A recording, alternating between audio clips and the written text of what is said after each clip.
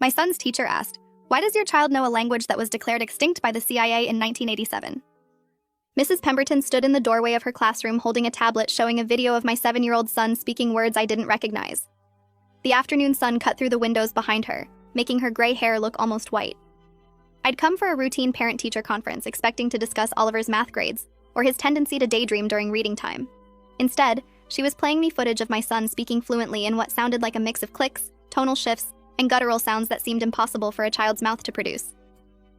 "I don't understand," I said, watching Oliver on the screen. He was sitting at his desk during free time, whispering to himself while drawing. The sounds coming from his mouth were deliberate and structured. This wasn't nonsense. This was language. Mrs. Pemberton's hand was shaking slightly as she held the tablet. "I have a doctorate in linguistics. I spent 6 years studying endangered languages before I became a teacher. What your son is speaking is Koresh. It's a language from a small ethnic group in the Caucasus region that was documented by Soviet linguists in the 1970s. By 1987, the CIA's Cultural Preservation Database declared it extinct. The last known speaker died in 1986. There are maybe 3 people in the world who could even recognize what I'm hearing, and I'm one of them." The hallway suddenly felt too narrow. Other parents were filing past us toward their own conferences, chatting about science fair projects and upcoming field trips. Normal concerns, normal lives. I looked at the video again. Oliver's lips moved with the precision of someone who'd spoken this language for years, not a child who'd never left suburban Maryland. Maybe he heard it somewhere? A documentary or a video game? Mrs. Pemberton shook her head. "Mrs. Reeves, there are no documentaries. There are no recordings available to the public. The only existing documentation of Koresh is locked in classified archives. The Soviet linguists who studied it were all killed during the conflicts in the 1990s. Their research was seized by intelligence agencies and buried. When I say extinct, I mean systematically erased. The people who spoke it were ethnically cleansed. The villages were burned. The CIA declared it extinct not because the last speaker died naturally, but because they wanted the world to forget it ever existed." I felt my purse slip from my shoulder and caught it reflexively. Why would the CIA want to erase a language? She glanced down the hallway before answering, her voice dropping to barely above a whisper. "Because the Koresh people witnessed something during the Soviet collapse that powerful interests didn't want documented. Their oral histories contained information about weapons programs, mass graves, and war crimes that would have implicated both US and Russian officials. Erasing the language meant erasing the testimony. No speakers, no witnesses, no accountability." My throat felt tight. "You're saying my 7-year-old son somehow knows a language that was deliberately destroyed by intelligence agencies? That's impossible." Mrs. Pemberton pulled up another video, this one from 3 days ago. Oliver was on the playground during recess, sitting alone under a tree. He was holding a smooth gray stone and speaking to it in that same impossible language. His expression was serious, almost reverent, as if the stone could understand him.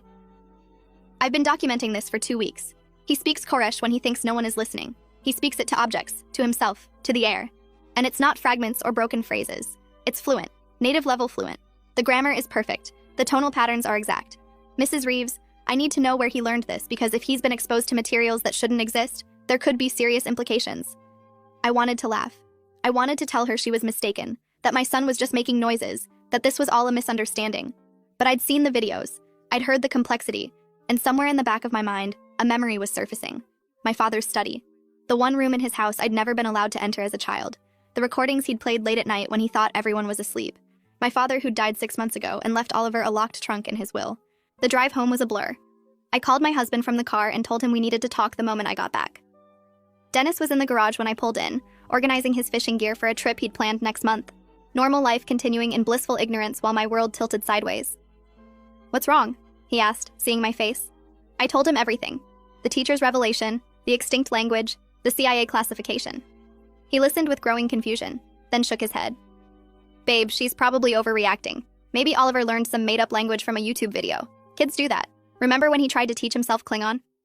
I wanted to believe him, but Mrs. Pemberton's credentials and her fear had been too genuine. "We need to look at what my dad left Oliver. The trunk." Dennis's expression shifted. "Your dad's trunk? The one you said we shouldn't open because it felt like violating his privacy?" I was already heading toward the basement where we'd stored it 6 months ago. The trunk was military-grade, dark green metal with a combination lock I'd never tried to open. My father's instructions had been specific in his will. For Oliver only, to be opened when he asks about the recordings.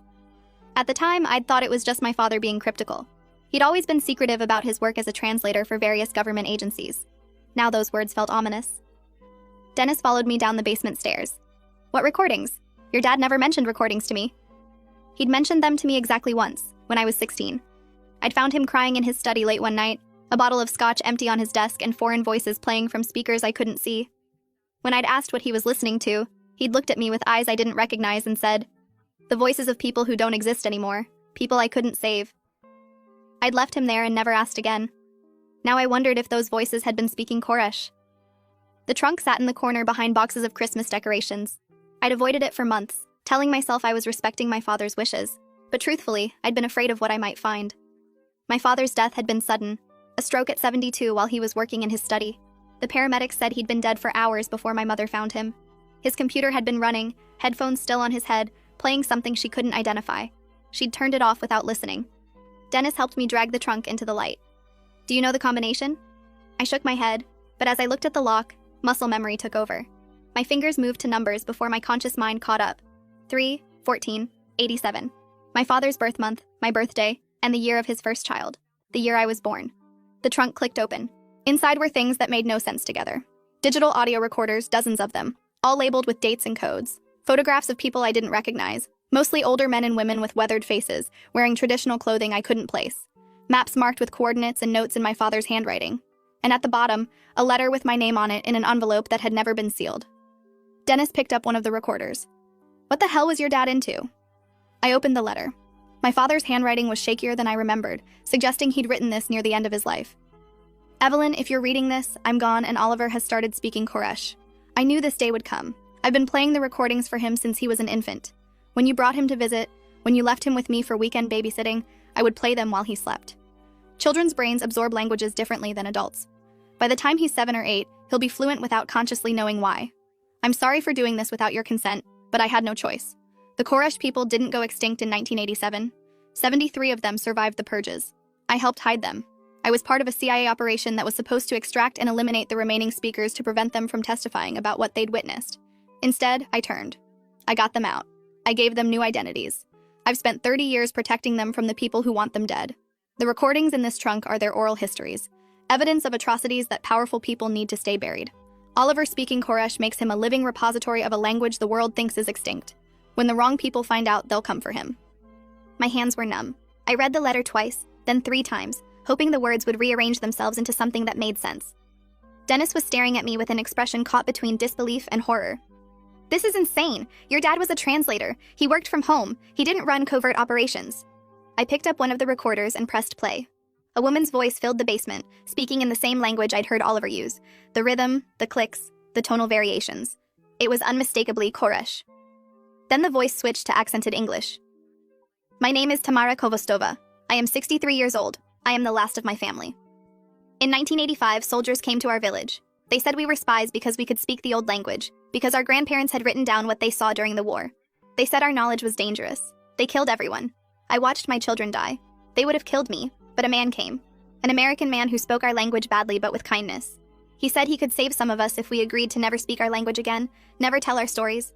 He said he was betraying his country to save us. That man was Robert Reeves." My father's name in a dead woman's voice. I dropped the recorder. Dennis caught it before it hit the floor.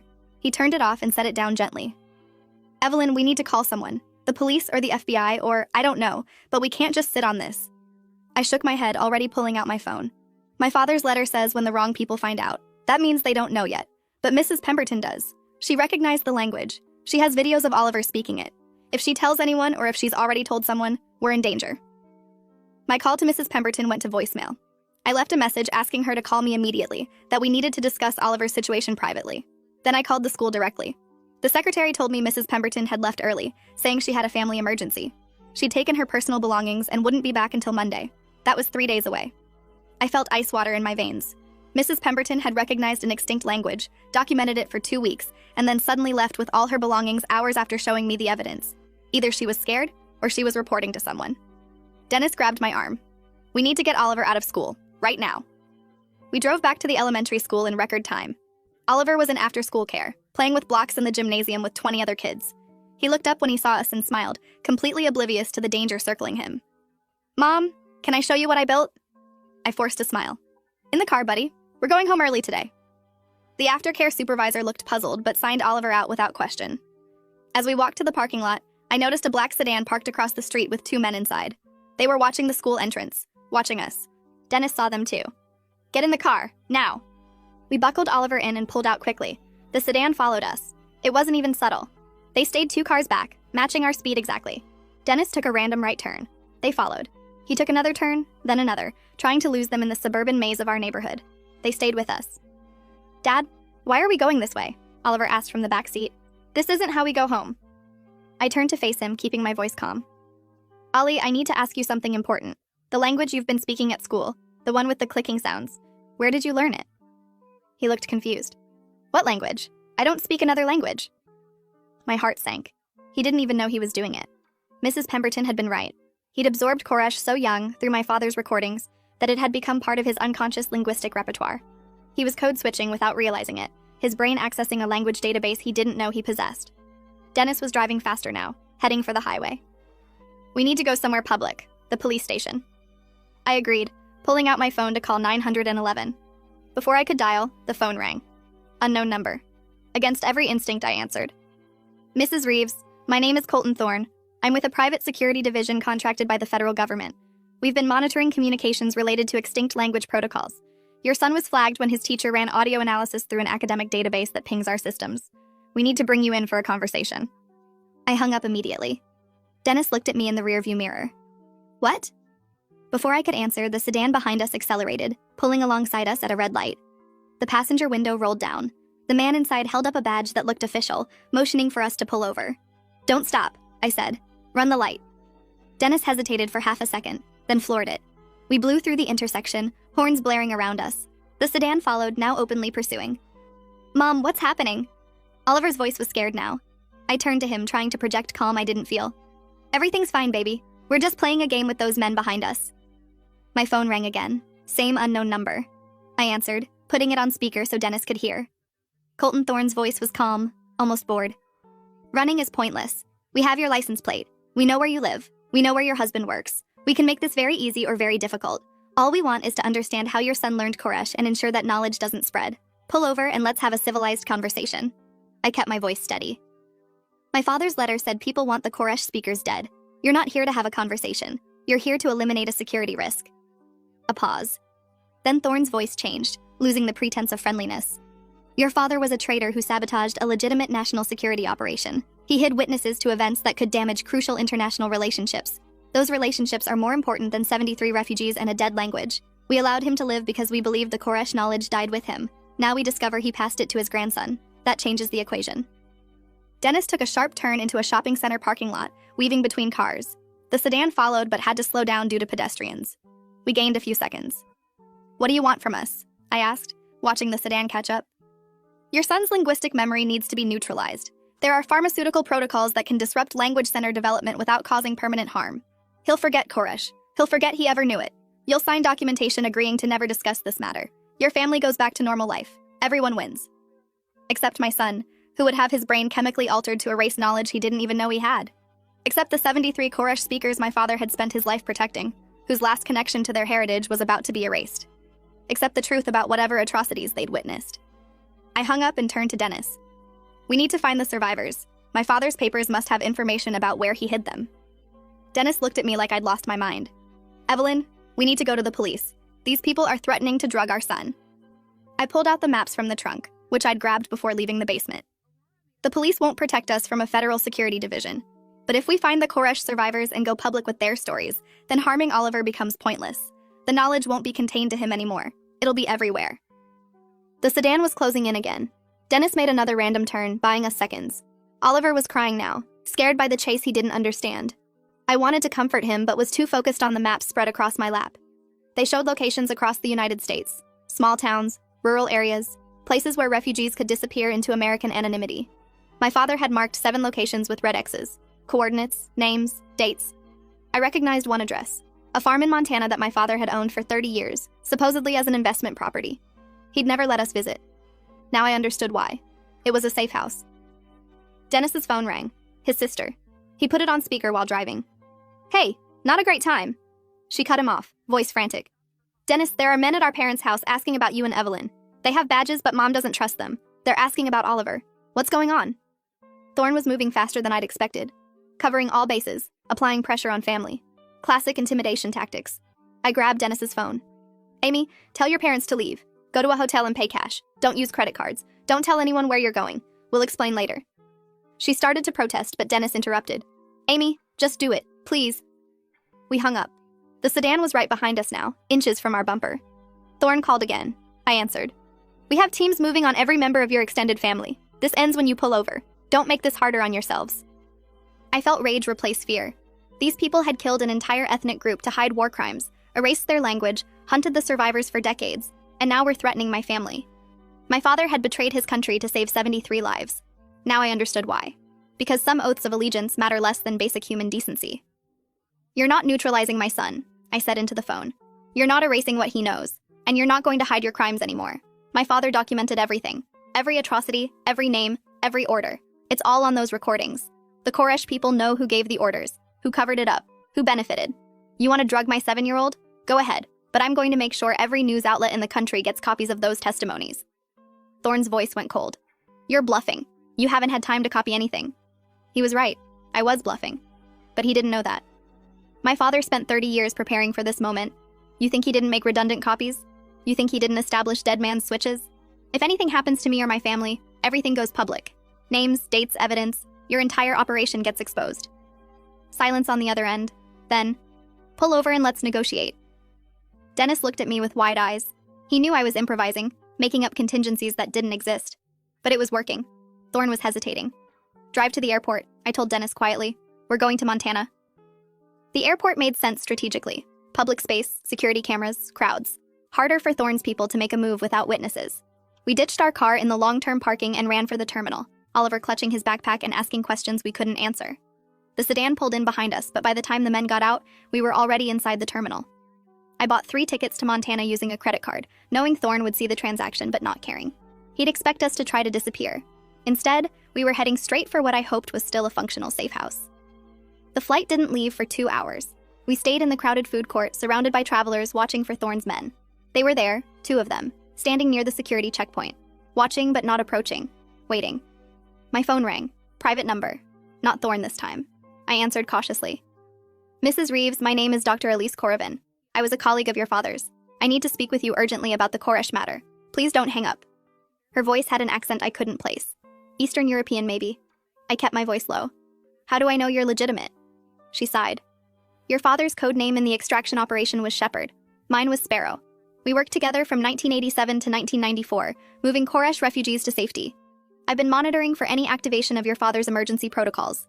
When I saw the linguistic analysis flags in the academic database, I knew someone in the family had triggered his contingency. I assume that's your son. I walked away from Dennis and Oliver, phone pressed to my ear. If you worked with my father, why are you just contacting me now? Dr. Korovin's voice was patient. Because until now, your family was safe through ignorance. Your father kept his activities compartmentalized, but now your son has exposed the knowledge, and Thorne's division has been activated. They will not stop until the threat is neutralized. You need help that you don't currently have. I wanted to believe her, but trust felt impossible. How did you get this number? She said, your father listed me as one of his emergency contacts 20 years ago. His death triggered certain notifications to those of us in the network. I've been keeping loose tabs on his family ever since, waiting to see if the Koresh knowledge would resurface. I hoped it wouldn't. I'm sorry that it has. I made a decision. Can you help us get to the Montana property safely? Pause. Then, you're going to the sanctuary. Good. That's the right move. Yes, I can help. But Mrs. Reeves, you need to understand something. The Koresh people your father protected aren't just refugees anymore. They've built a life. They have children, grandchildren, American-born generations who know nothing of the old language or the old traumas.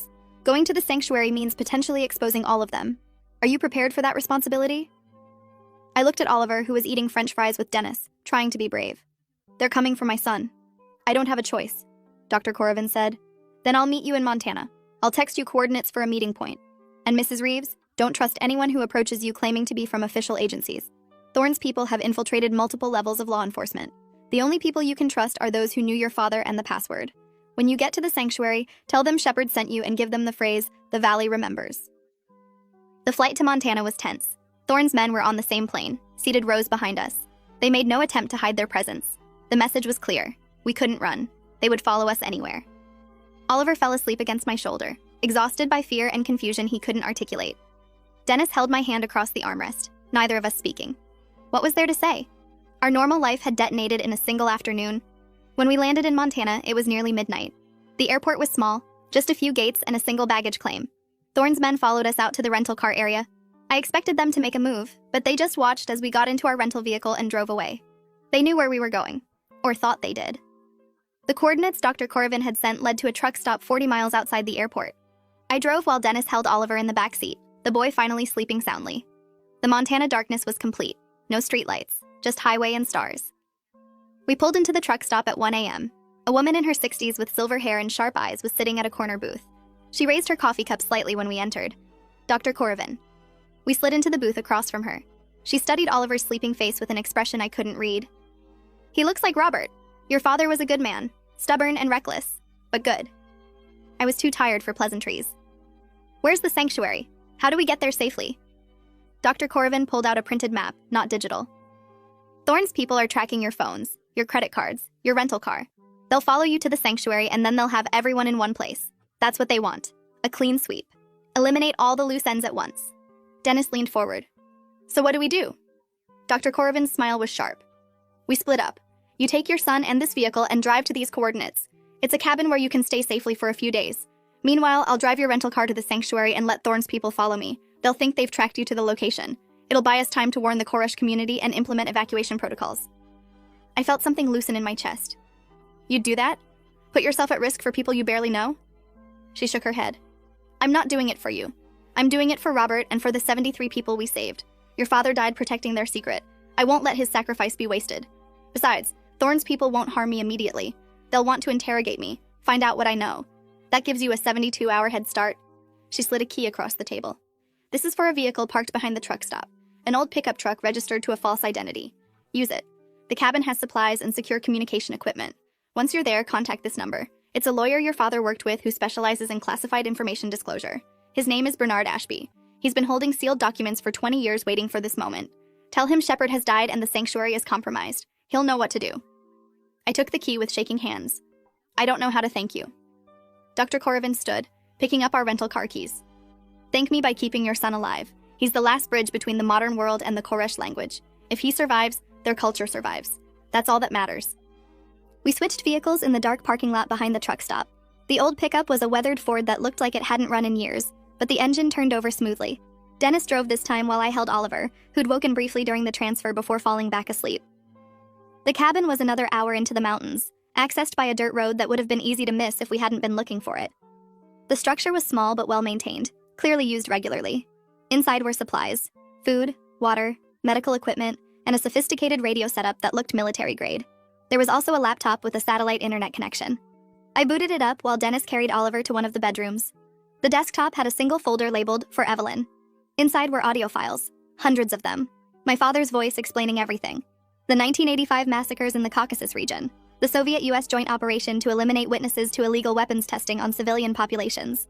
The orders that came from both Moscow and Washington to erase the Koresh people and their testimonies. The 73 survivors my father had smuggled out, giving them new identities, new lives, new languages. But before erasing their old lives completely, he'd recorded their stories, every atrocity, every name, every crime. I knew this day would come, my father's recorded voice said. I knew eventually someone would discover the truth, and I wouldn't be here to protect them. If you're hearing this, it means Oliver has revealed the knowledge and you've been forced to run. I'm sorry, Evelyn.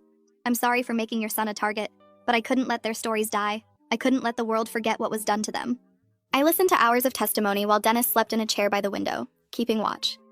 The voices of elderly Koresh speakers describing the day soldiers came, the sound of gunfire, the smell of burning homes, watching their families die. Then the American man who appeared, speaking broken Koresh, offering salvation at a terrible price. You must forget who you are, my father's voice said in the recordings. You must never speak your language again. You must let the world believe you're extinct. It's the only way you'll survive. They'd agreed. 73 people scattered across the United States, given new names, new histories, new identities. Over the decades, they'd built American lives. They'd married, had children, become citizens. Most of their children didn't know about the Koresh heritage. It was too dangerous. The secret died with each generation, except my father had taught it to Oliver, the last speaker of a language the world thought was extinct. By dawn, I'd listened to enough testimony to understand the scale of what my father had protected. The weapons testing had killed thousands. Both US and Soviet officials had covered it up by eliminating the witnesses and destroying the evidence. The Koresh people were just one group among many that had been erased to hide Cold War crimes. But they were the only group with a living witness now, my 7-year-old son who could speak the language of the dead. I called Bernard Ashby, the lawyer Dr. Corrivan had mentioned. He answered on the second ring despite the early hour. I've been waiting for this call for 20 years. Shepard is gone?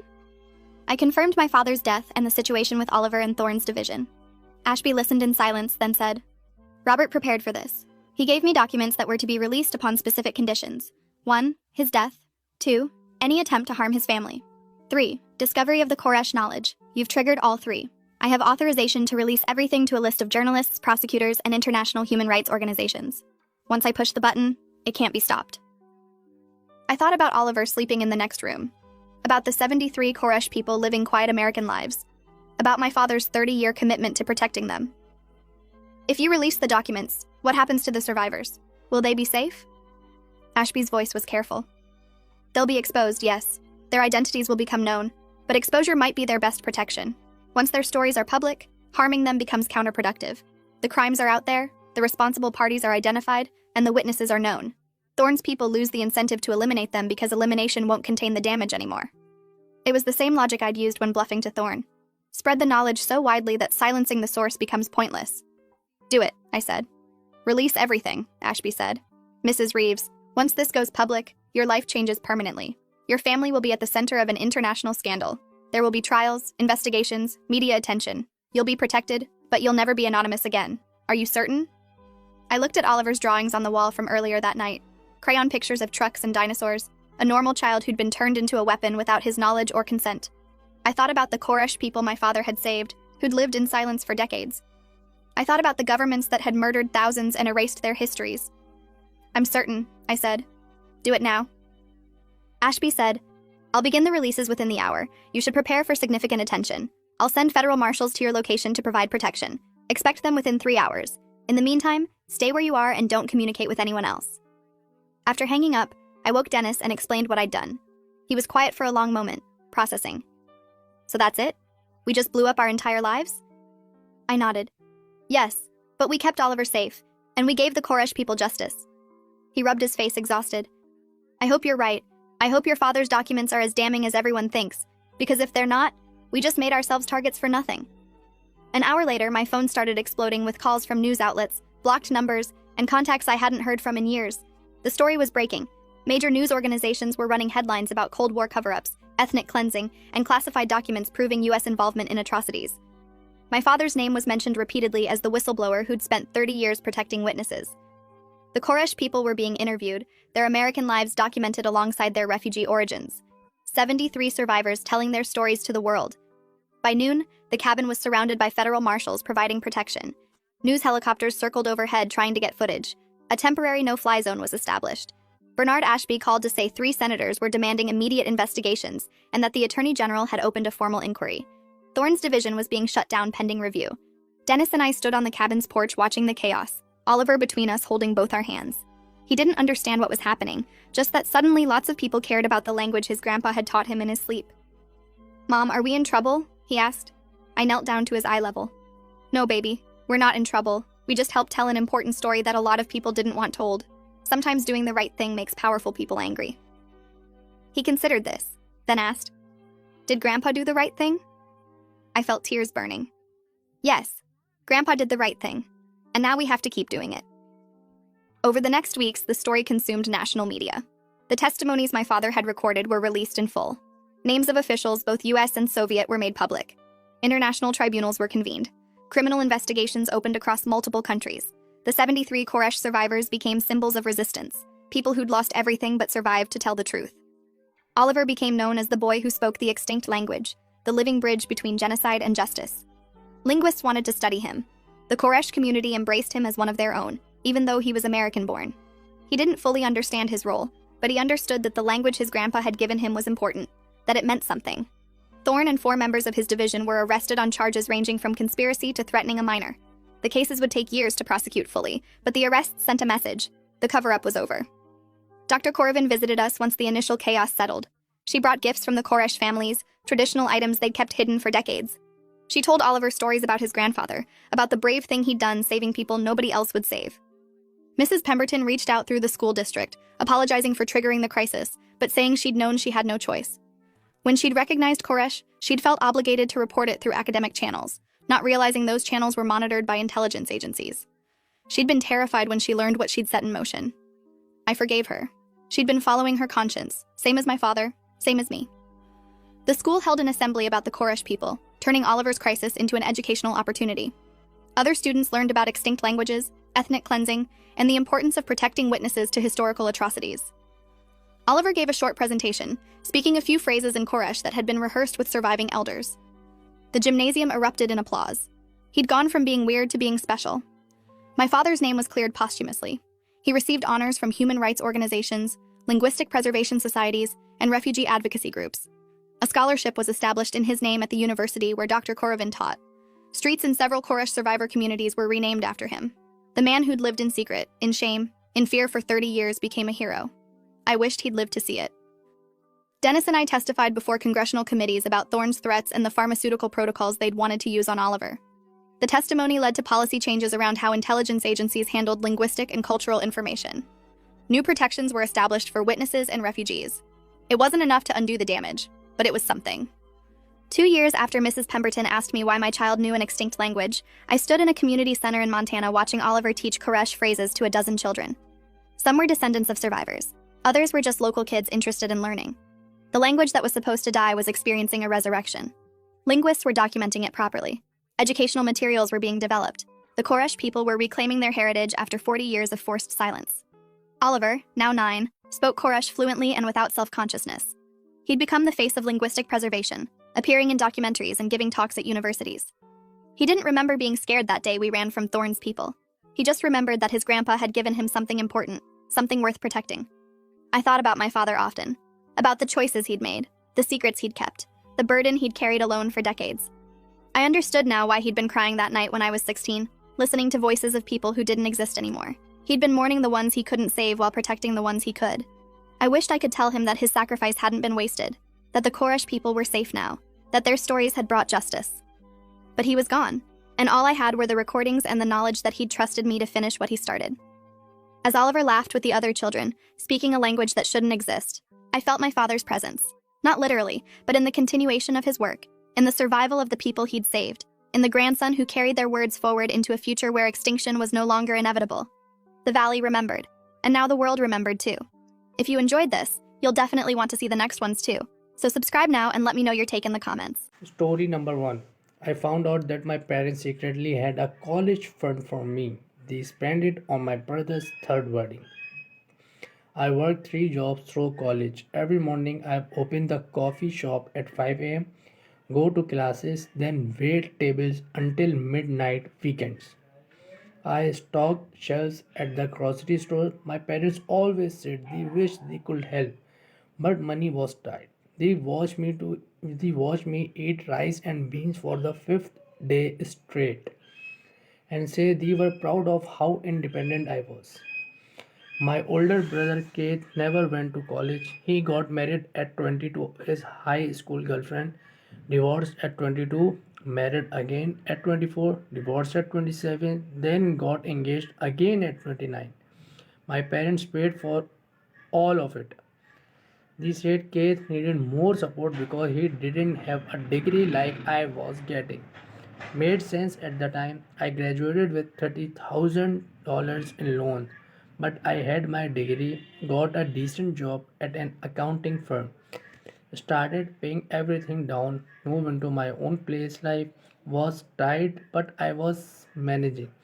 Then my dad had a minor heart issue and I needed someone to handle their finance while he recovered. That's when I found it. A statement from an old investment account with my name on it. The account was open when I was born. Grandma had put in $10,000. My parents had added to it every year. By the time I turned 18, there was $42,000 in that account. It was emptied 3 months before I started college. The withdrawal date matched exactly with Kate's second wedding. I drove to their house immediately. My mom was in the kitchen making Kate's favorite lasagna because he was coming over with his new fiance to discuss wedding number 3. I put the statement on the counter.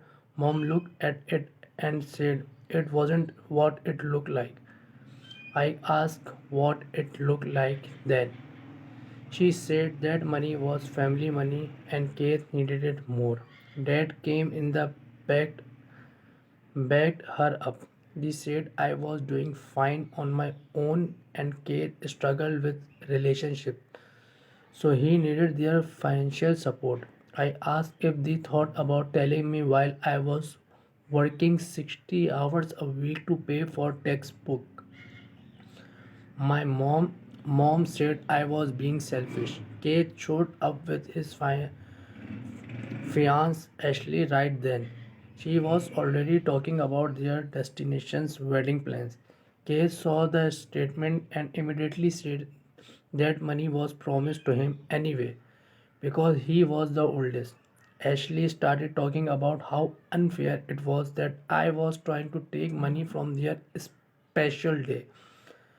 I I hadn't even mentioned the current wedding yet. Then that's when Dad let it slip that they were planning to give Kate another $15,000 for this wedding from their retirement account this time. I left without saying anything else, but I wasn't done.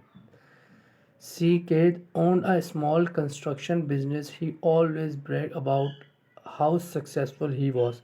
What he didn't mention, what he didn't mention was that Dad co-signed all his business loans and Mom did his books for free.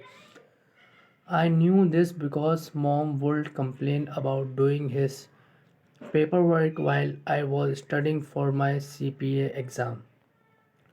First thing I did was stop doing their taxes. I've been doing them for free since I graduated. When mom called asking about it, I said I was too busy.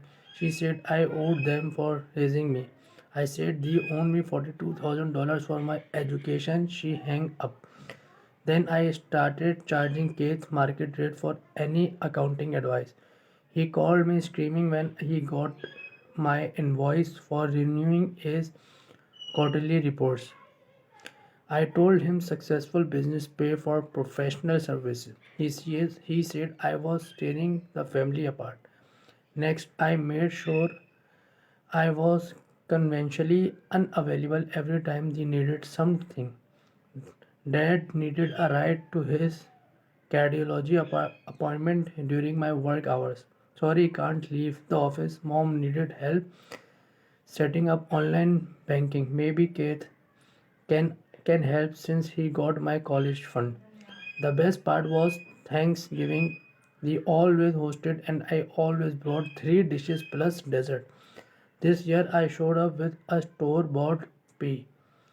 Mom was financially cooking because she expected me to handle side like always. Kate and Ashley were sitting in the living room while his two ex-wives were also there to drop off his kids. It was chaos. Full story number two. My roommate always stole my leftovers I was saving, so I made sure he would never do it again. I was practically jogging the last black home, thinking about the leftovers waiting for me.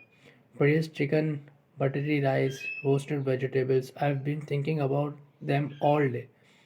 My mouth watered just picturing the food. It didn't help that I had missed lunch today. I was beyond hungry. I unlocked the door, kicked off my shoes, and went straight to the kitchen. I opened the fridge with a smile already forming. The shelf was empty. I stared, then I leaned closer, like maybe the food had slid backward and I just couldn't see it. Nope, it was gone. Containers, lid, everything. Gabe, I called, my voice sharp. Did you eat my leftovers from his room? I heard him say, what leftovers? My temper flared. The chicken, the rice, the vegetables, the one I specifically I said I was giving.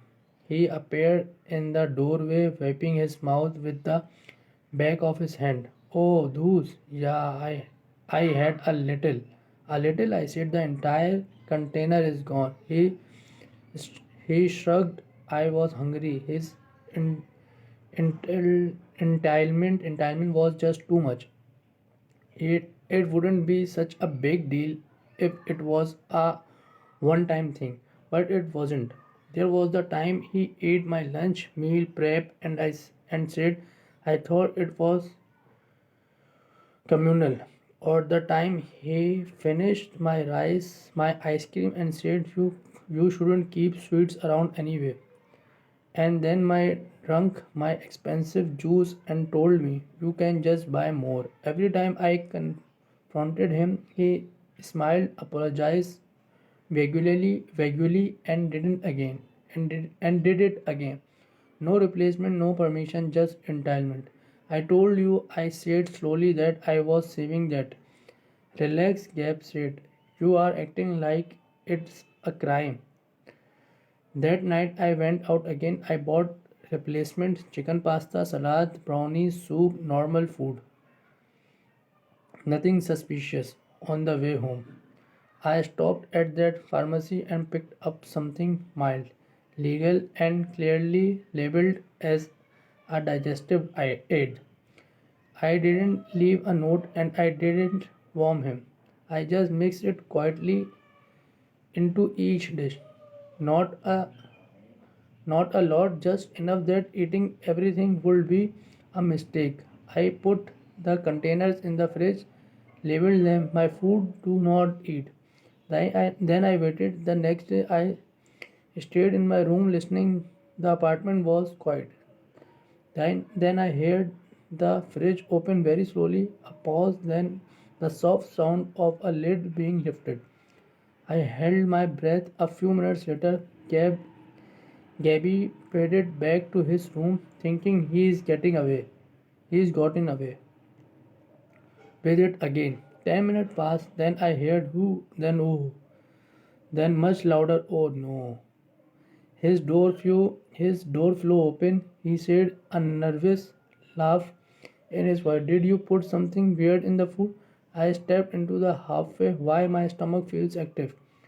I I titled my head. Active is an insulting word choice. He didn't answer. He ran for the bathroom. That was when the chaos really started. The bathroom door slammed, something fell over. Gap grounded like he just realized a terrible truth about the universe. A minute later, the door cracked open and he shuffled out, sweating. Okay, he said, breathing fast. Okay, that's not normal. Did you eat all of it? I asked calmly. He froze. All of what? The chicken, the pasta, the brownies, the soup. His eyes widened. I just had a little of each. I nodded. That explains it. He calculated. He clutched his stomach. Explain what? Why you shouldn't steal food? I said another wave him. I said another wave hit him. He doubled over. This is a lot. He he gasped. Why is it a lot? Because you never stop at one thing. I said. You never have. He made it 3 steps before sprinting back to the bathroom. This time he didn't make it quietly when he came back out pale and shaken. He didn't joke. He didn't shrug. He sat on the floor, defeated. He roared, you plan this? I plan to eat my food, I said. You plan to steal it? Another arrogant dish.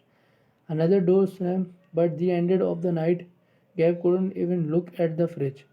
I won't touch your food again. He whispered from the couch. I swear I believed him. I finally reheated the portion I in the freezer, sat down, and smiled.